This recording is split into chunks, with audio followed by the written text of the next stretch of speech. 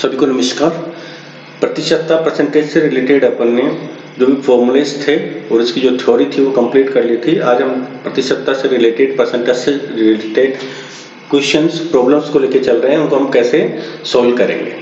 देखिए 450 question number first आपका है। 450 का 450 का 28% और 280 का 45% कितना होगा।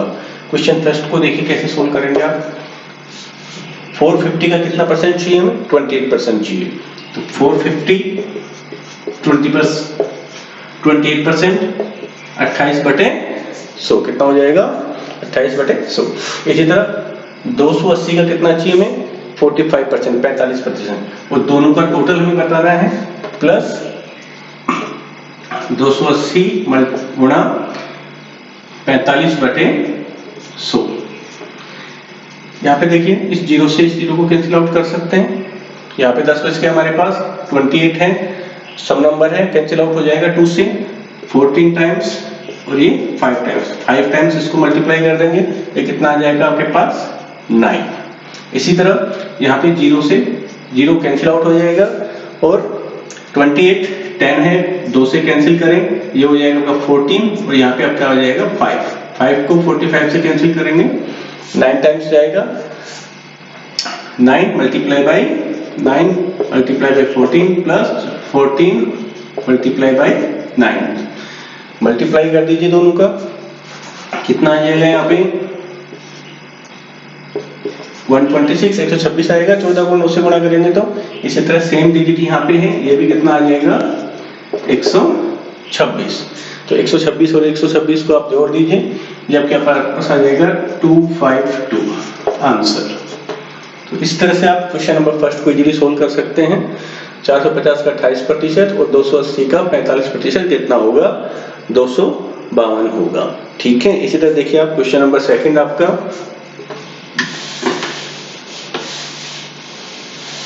क्वेश्चन नंबर सेकंड, रोहन किसी परीक्षा में 2500 में से 228 अंक प्राप्त करता है। 2500 में से कितने प्राप्त करता है? 228। तो उसने कितने प्रतिशत अंक प्राप्त किए? ठीक है। 2500 में से कितना प्राप्त करता है? 228। तो प्रतिशत के लिए कितने में से निकालना पड़ेगा? 100 में से। 100 में से कितना नंबर वो लाएगा? तो कितना आ जाएगा क्वेश्चन 2 का? 228 कितने में से ला रहा है? 2500 में से। तो 228 बटे 2500। और प्रतिशत के लिए किस में से निकालना पड़ेगा हमें? 100 में से निकालना पड़ेगा। तो 100 से अपन क्या कर देंगे? गुणा कर देंगे। डबल जीरो से कैंसिल आउट हो जाएगा आपस में। हमारे पास कितना आ गया? 228 बटे 25। भाग दे दीजिए। भाग देंगे कितने बार जाएगा? 225 में 9 टाइम्स चला जाएगा। देखिए 25 घंटे कितना होता है? 200। 225 9 टाइम्स, रिमेनिंग कितना बच जाएगा? 3। तो 3 बटे 25। या तो देखिए आपको जो 4 ऑप्शन होंगे उसमें ये इस तरह से मिलेगा 9 से 3/25%।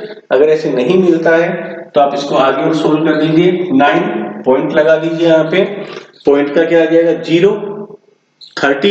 30 में किसका भाग देंगे? 25 का। कितनी बार जाएगा? एक बार। तो यहाँ लिख दीजिए। तो 30 में से 25 माइनस करेंगे 5, फिर 0 आएगा। तो कितनी बार चला जाएगा 50 में 25 का? 2। तो इन दोनों में से कोई भी एक आंसर आपको, जो मल्टीपल चॉइस है 4 आपको मिलेंगे, उनमें से एक आंसर मिलेगा। या तो ये मिलेगा या ये मिलेगा, जो भी हो उसको आप टिक करिए और आगे बढ़िए। ठीक है। देखिए क्वेश्चन नंबर थर्ड। एग्जाम का ज्यादा टाइम है नहीं, जल्दी से हम सारे टॉपिक्स कवर करेंगे। क्वेश्चन नंबर 3 पशु परिचय से रिलेटेड है ये सारे के सारे क्वेश्चंस। एक परीक्षा में 34% छात्र अंग्रेजी और 42% छात्र विज्ञान में सफल रहे। ये देखिए इंपॉर्टेंट क्वेश्चन है और ऐसे क्वेश्चन जनरली एग्जाम में पूछे जाते हैं। तो देखिएगा इसको कैसे करेंगे। एक परीक्षा में 34% छात्र अंग्रेजी में क्या हो गए? असफल हुए और 42% छात्र विज्ञान में असफल हो गए। दोनों में 20% छात्र असफल हुए। हमें क्या निकालना है? दोनों विषय में पास होने वाले छात्रों का प्रतिशत। दोनों में कितना? वेन डायग्राम से रिलेटेड क्वेश्चन है ये, आप इसको डायरेक्टली कर सकते हैं। Question number 3, A plus B मतलब दोनों में पास होने वाले छात्रों की संख्या, ये आ जाएगी फर्स्ट सब्जेक्ट में पास होने वाले प्लस सेकंड सब्जेक्ट में पास होने वाले माइनस दोनों में पास होने वाले जो छात्र हैं उनकी संख्या। तो देखिए यहाँ पे फर्स्ट सब्जेक्ट 34% छात्र अंग्रेजी में फेल हुए, 34% फेल हुए तो पास कितने बच जाएंगे 66, 100 में से 34 माइनस करेंगे तो फर्स्ट में कितने पास हो गए आपके 66 पास हो गए फर्स्ट सब्जेक्ट में, जो भी है इंग्लिश और साइंस। दूसरे जो विज्ञान विषय है उसमें 42% 42% छात्र असफल हुए, फेल हुए, तो 42% फेल हो गए तो पास होने वाले कितने हो जाएंगे 100 माइनस 42 कितना बच जाएगा 58 माइनस दोनों में पास होने वालों को माइनस कर दीजिए इसमें, तो दोनों में फेल होने वाले कितने हैं, दोनों में फेल होने वाले छात्र कितने हैं 20% है, दोनों में 20% फेल हुए हैं तो पास कितने होंगे 100 माइनस 20 80 पास हो गए दोनों में। तो आप फॉर्मूले पुट कर दीजिए Na plus Nb minus Na plus B, दोनों में पास होने वाले 66 हो रहे, 6 और 6 12 और 2 14, हासिल की कितनी हो जाएगी 124 माइनस 80 माइनस करेंगे तो 44% छात्र क्या होंगे दोनों में पास होंगे, किस किस में अंग्रेजी में और विज्ञान में, दोनों विषयों में पास होने वाले छात्रों का प्रतिशत कितना होगा 44% होगा। ठीक है, वेन डायग्राम से भी इस क्वेश्चन को कर सकते हैं, डायरेक्ट ये फॉर्मूला अप्लाई करके भी कर सकते हैं, केवल इसमें ध्यान हमें क्या रखना है, क्या पूछा इसमें पास होने वाले, दिया क्या है हमें फेल होने वाले, तो वो हमें थोड़ा सा ध्यान रखना है कि फेल होने वाले छात्रों की संख्या दी है, पास निकलवा रहा है। ठीक है, नेक्स्ट क्वेश्चन देखिए आप, क्वेश्चन नंबर 4। क्वेश्चन नंबर 4 आपका है, रतनलाल जी अपनी आय का 10% किराया वह शेष का 20% शिक्षा पर खर्च करते हैं, बाकी का 20% भोजन पर, शेष का 10% मनोरंजन पर खर्च करते हैं, मतलब 10%, 20%, 20% और 10% इनका खर्चे में चला जाता है। इनके बाद भी इनके पास कितने रुपए बच जाते हैं, इनके पास पैसे बच जाते हैं 15,552। तो ये जो पैसे बचे 15,252 रुपए, ये हमें पूछ रहा है कि इनकी कुल आय कितनी होगी, कुल आय हमें फाइंड आउट करनी है। देखिए कैसे करेंगे इसको, वो दीजिए कितने बचे हमारे पास, कुल आय निकालिए, क्वेश्चन नंबर 4 कुल आय कितने पैसे बचे हमारे पास 15,552 बचे हैं इनके पास, तो 15,552 ये तो आपका कहाँ जाएगा अंश में, और हर में देखिए 10% किराए में दे देते हैं, कितना प्रतिशत दे देते हैं 10%, 100 में से माइनस कर दीजिए 10%। ठीक है, दूसरा 20% शिक्षा पे कर देते हैं खर्च, 20% शिक्षा पर, तो मल्टीप्लाई कर दीजिए 20% खर्च कर दिया ना 100 में से, फिर अगेन 20% की किस पे भोजन पे और 10% मनोरंजन पे, 100 माइनस 20% और 100 माइनस 10% किसमें कर देते हैं मनोरंजन पे खर्च कर देते हैं।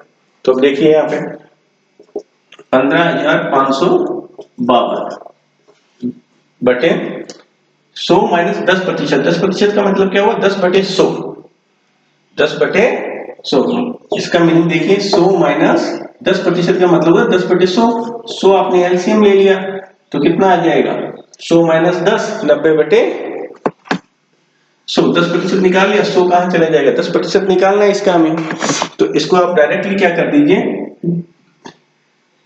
90, 100 कहां चला जाएगा इसका ऊपर चला जाएगा। ठीक है, इसी तरह 100 माइनस 20 80, इसका 100 कहां चला गया 10%, 100 में से देख रहे हैं सारे, और वापस 80, इसका भी 100 मल्टीप्लाई, ठीक है, और ये 90, इसका भी 100 मल्टीप्लाई। देखिए 1 2 3 4, 4 बार 100 ऊपर होना चाहिए, 1 2 3 4, 4 बार 100 ऊपर हो गया हमारे पास, कितने जीरो हमारे पास टोटल 1 2 3 4, मतलब 200 का काम तो अपने यही निपटा दिया।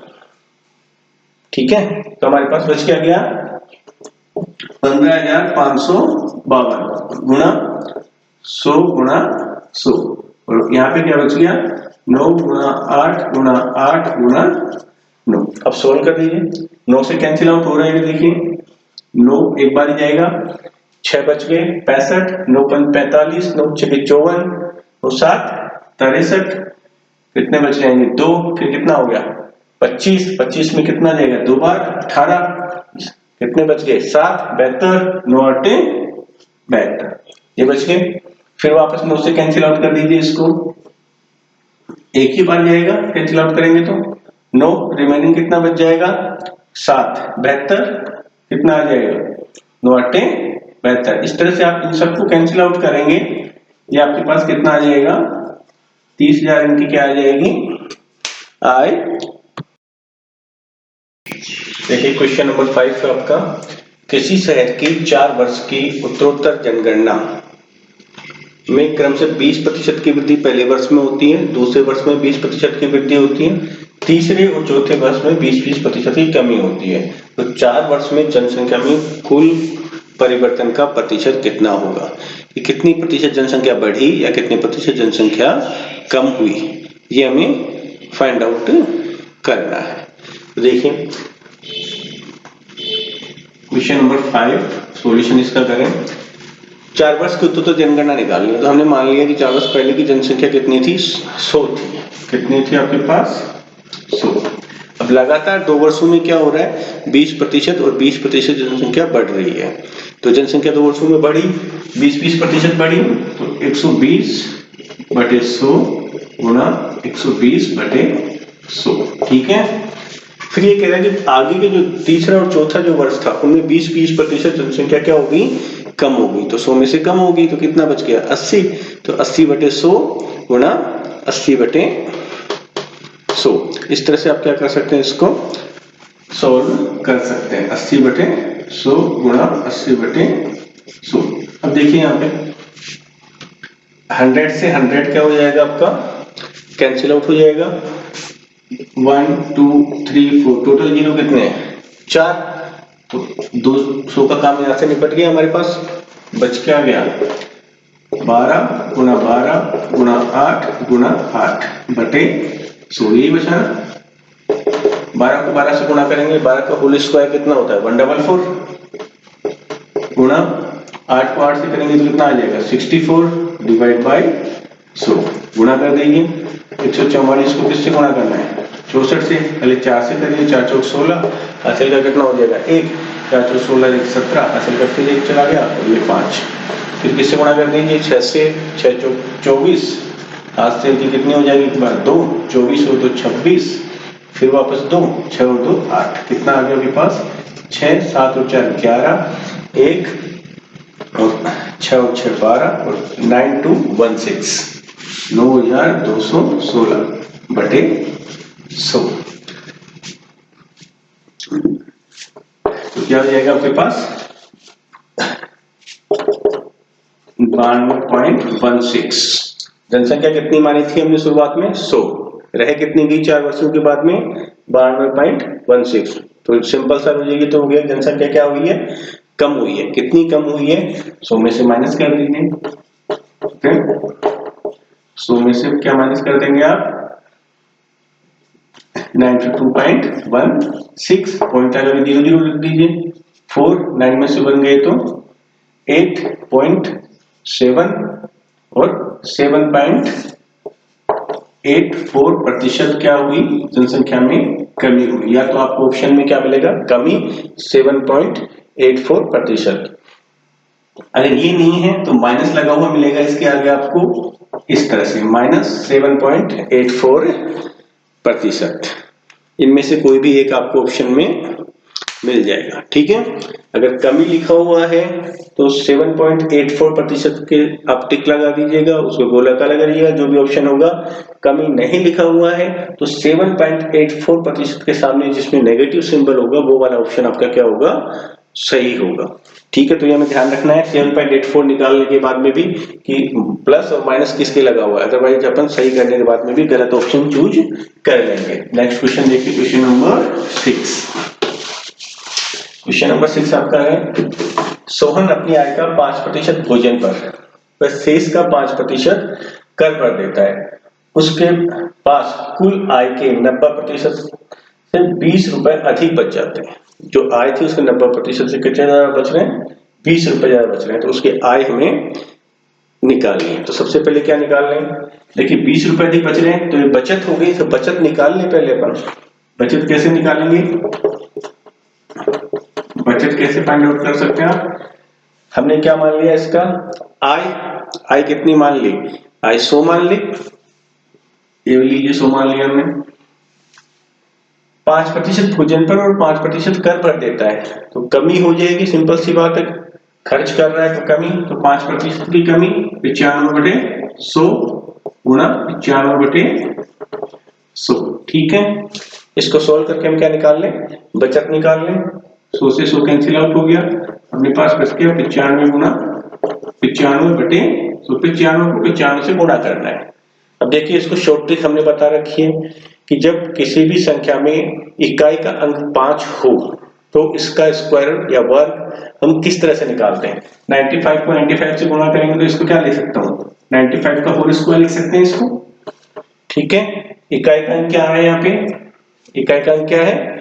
5 है। सिंपल सा लॉजिक बताया था क्या करना है। इकाई के अंक को तो यही रहने दीजिए। इकाई के अंक के बाद में दहाई का अंक क्या है? यहाँ पे 9, तो 9 को लिख देते हैं। और 9 से 1 ज्यादा, 9 से 1 ज्यादा कितना होता है? 10। 10 से इसको क्या कर देते हैं? गुणा। और जो इकाई का अंक था उसका होल स्क्वायर करके एज इट इज लिख देते हैं। तो 10 को 9 से गुणा किया तो कितना आ गया? 90। और 25 आपका लिखा हुआ है होल स्क्वायर। तो 95 का होल स्क्वायर मतलब 95 को 95 से गुणा करेंगे तो कितना आ जाएगा? 9025 आ जाएगा। ये शॉर्ट ट्रिक में अपन ने पहले बता रखा है, ये हमें अप्लाई करना है तभी क्वेश्चन को हम टाइम लिमिट में सॉल्व कर पाएंगे। दोबारा बता रहा हूं, एक बार देखिए 95 का होल स्क्वायर हमें निकालना है। तो इसका फर्स्ट हमें देखना है कि जो इकाई का अंक है वो 5 है या नहीं है, उसी के ऊपर अप्लाई होगी है। तो 5 है तो 5 का तो होल स्क्वायर करके लास्ट के 2 डिजिट बना देंगे। ठीक है, मान लीजिए 5 की जगह 2 ही होता इकाई का अंक तो अप्लाई नहीं कर पाते। ठीक है, अब 9 है तो 9 तो एज इट इज और एक अंक बढ़ा के मल्टीप्लाई कर देते हैं। 8 होता तो 8 को किससे गुणा कर देते? 9 से गुणा कर देते 85। 75 होता तो 7 के किससे मल्टीप्लाई कर देते? 8 से। 65 होता तो 6 को किससे मल्टीप्लाई कर देते? 7 से। और यहाँ लिख देते वही आपका होल स्क्वायर आ जाता। तो आपके पास क्या आ गया इसका होल स्क्वायर? 9025 divide by 100। तो इस तरह से अपने पास क्या बच गया है?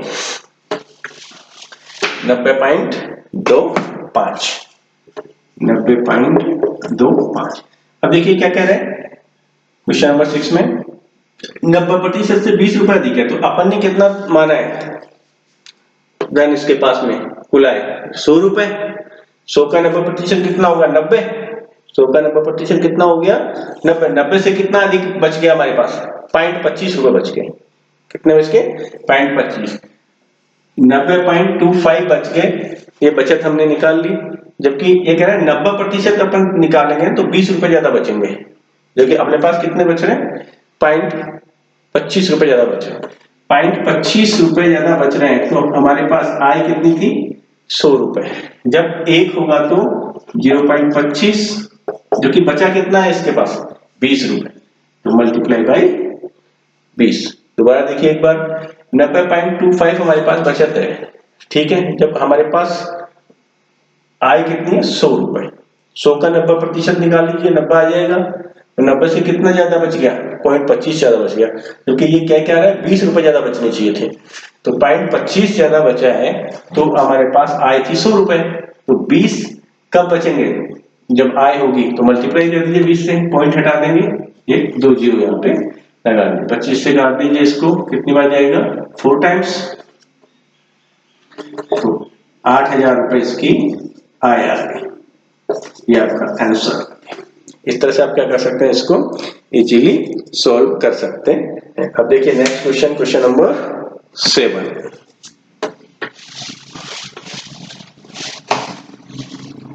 क्वेश्चन नंबर 7 आपका है, एक पुस्तकालय में इतिहास की 10% और अंग्रेजी की 20% और गणित की 20% पुस्तकें हैं।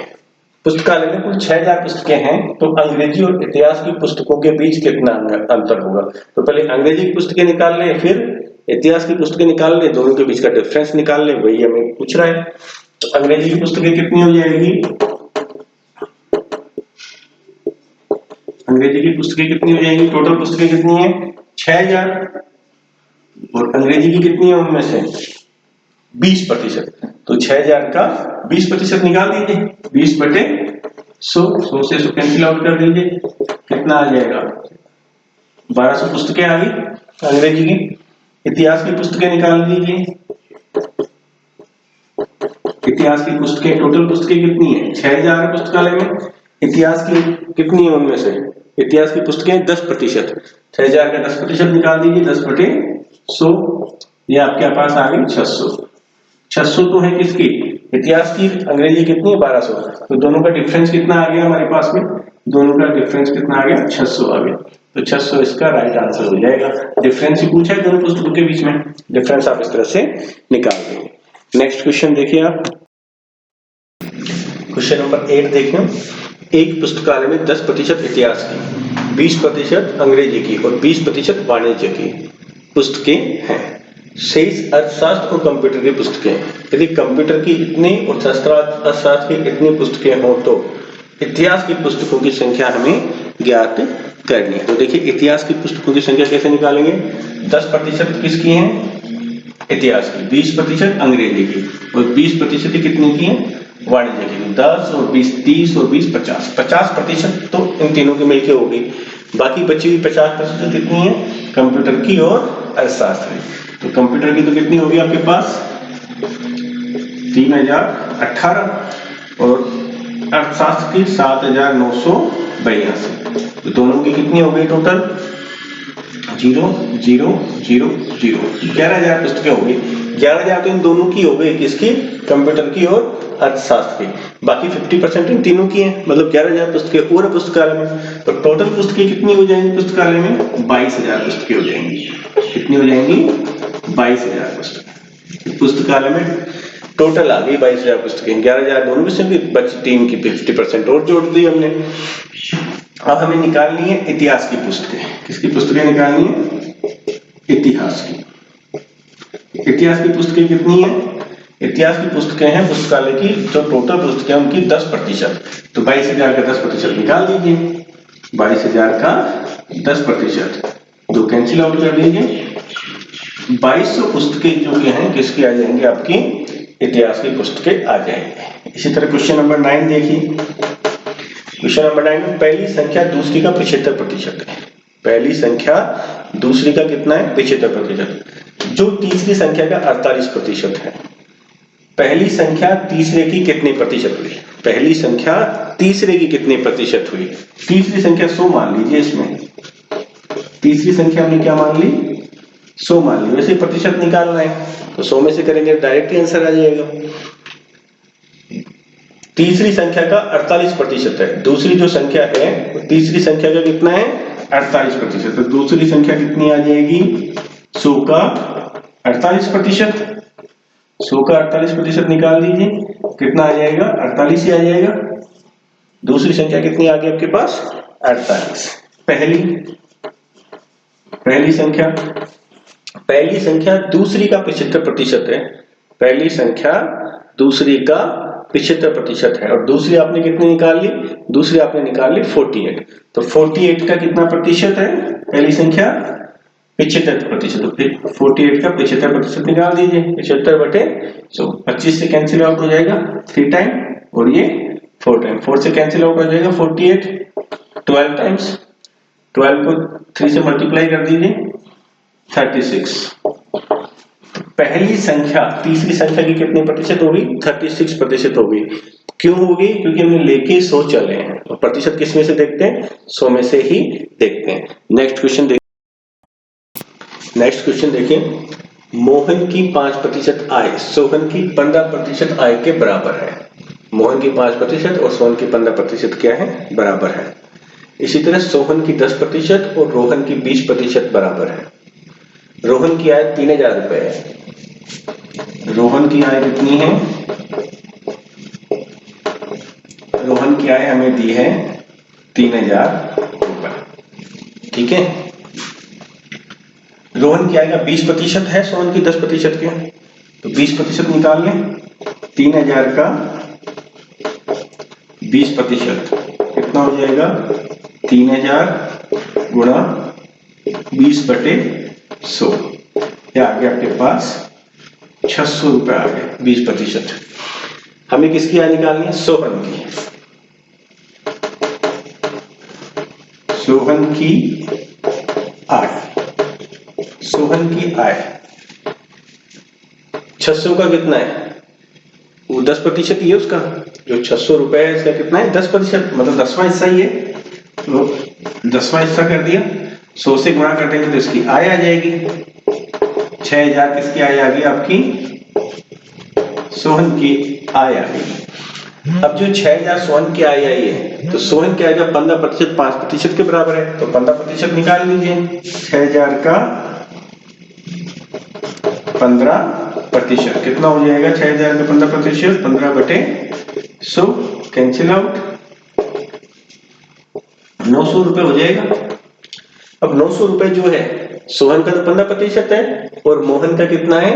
5%, मतलब 5वां हिस्सा 5%। किसकी आय निकालनी? मोहन की आय। मोहन की आय, मोहन की आय कितनी होगी आपके पास? 900, कितना है? 5% ही है, 100 से गुणा कर दीजिए। ठीक है, अपोजिट वही, तो 5 से कैंसिल आउट करेंगे, ये आपके पास आ गया 50। कितना आ गया? 4500। देख लीजिए एक बार,